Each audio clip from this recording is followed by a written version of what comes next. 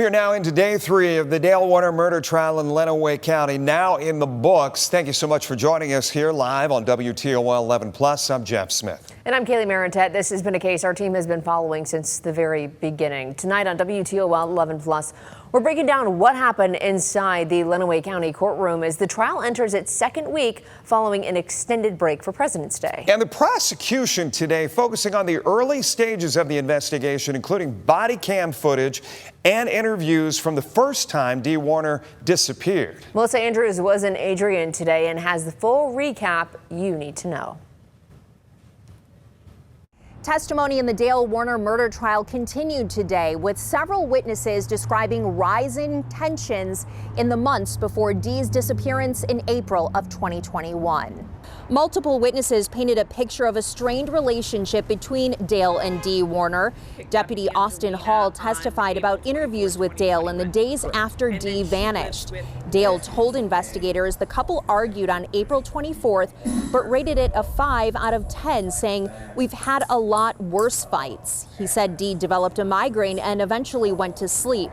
At one point, investigators told Dale he was a, quote, huge potential suspect. Hall testified that Dale had no visible scratches or marks on his arms.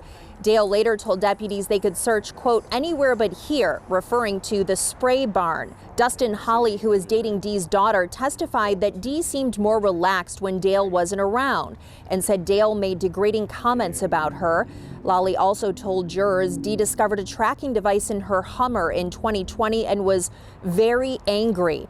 The day she was reported missing, Lolly said Dale discouraged calling police, saying, "I wouldn't get ahead of yourself," to her children. Dee's massage therapist also testified she saw bruises on Dee, including marks that looked like handprints. The Wednesday before she disappeared, she said Dee was crying and told her she was done with her marriage. A close friend and employee described repeated arguments, recalling Dale pointing at Dee, saying, "You out here now." She testified Dee was planning to seek a divorce. The prosecution also presented testimony that Dale asked others to purchase a tracking device, monitor it dozens of times a week, and keep it secret after it was found. Testimony continues here in Lenawee County tomorrow morning at 10:30. Reporting in Adrian, Melissa Andrews, WTOL 11. Mel, thank you. Great job throughout the course of this. Only 3 days in. We want to play some of those moments from court for you to hear now. The first one that really caught our attention was the focus on technology today. It's something Mel just mentioned, that multiple people testified that Dee discovered a tracking device on her Hummer in July of 2020. That's almost a year before she went missing. And a man who worked on IT for their businesses said that the day after Dee disappeared, Dale contacted him to change the passwords to keep Dee, her son, and her nephew from accessing the company's cameras and to add the cameras to Dale's phone. Listen. On Sunday, April 25th, 2021, Mr. Warner would not have been able to get into the camera system on his phone. Is that accurate? That is accurate, correct. And then you said he also wanted the passwords changed? Yes. And these were passwords for all of the businesses? Correct. And Mr. Warner is an owner of the businesses? Correct. He had the right to not only change the passwords, but determine who had access to them? Correct. About any of the photographs or any... Now, Dee's daughter's boyfriend, I should say, also testified that Dee found the tracking device in her car. Listen to this. I pushed it in. The device came apart in 2 halves, and there was an SD card inside of it. I removed the SD card, put the 2 plastic halves back together, and I handed both the SD card and the device back to Dee.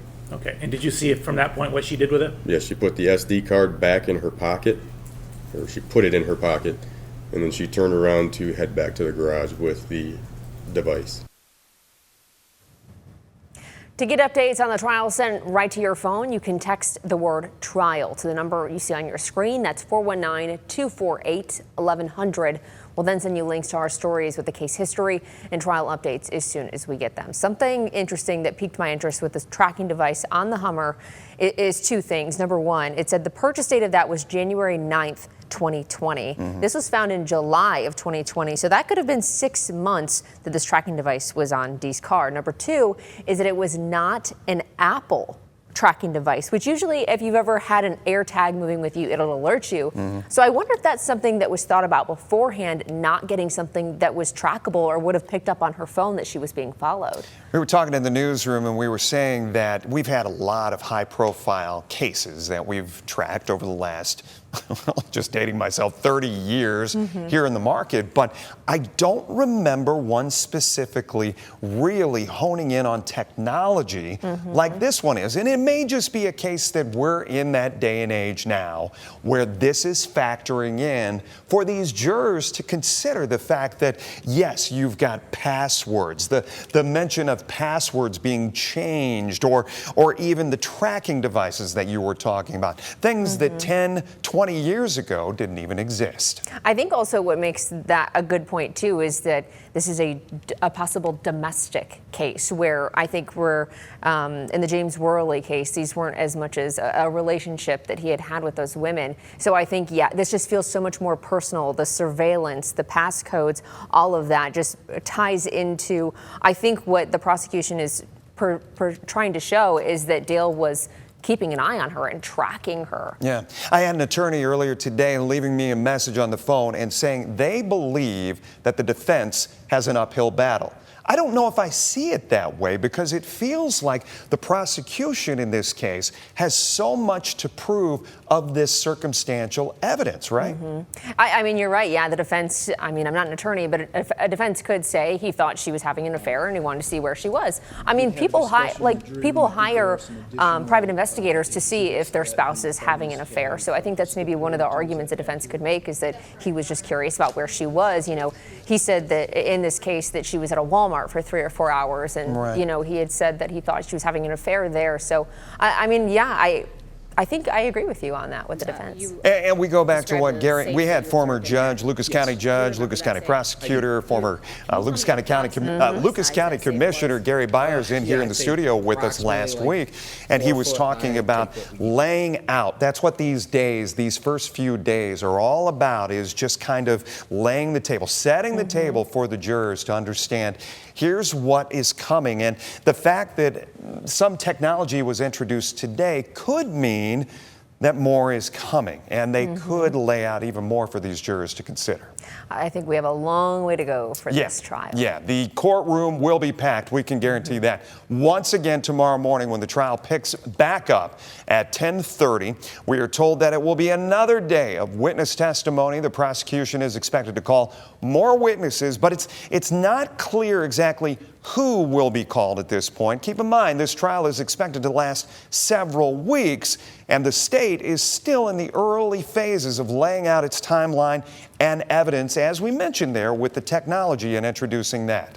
You can watch the entire trial live right here on WTOL 11 Plus starting tomorrow morning at 9 and all the way until the court is adjourned for the day. Plus, we will be back again Friday night at 6:35 with the must-see moments from trial as the second week wraps up and what you can expect as we head into the week and head into week 3 we will also be former Lucas County Judge and Prosecuting Attorney Gary Byers, as Jeff just mentioned, to bring you an in-depth legal analysis. It's all this Friday after the news at 6. Yeah, Gary said he was going to come back it will be a week removed from when he was here last time to see how everything unfolds, develops from week to week. Until then, you can stream. We want to remind you can stream Hidden in Plain Sight, the disappearance and discovery of Dee Warner, anytime on WTOL 11 Plus. 11 Investigates sat down with Dee's family and broke down the entire investigation.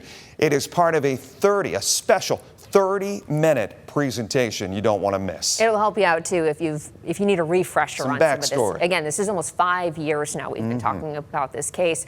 Well, that'll do it for us tonight. Make sure to follow us on our social media platforms. You can download our free WTOL 11 News app on your phone to get breaking news updates and alerts on this trial sent straight to you. And for Kaylee, Mayor, and Ted, I'm Jeff Smith. Thanks for joining us here on WTOL 11 Plus. We'll have a good night.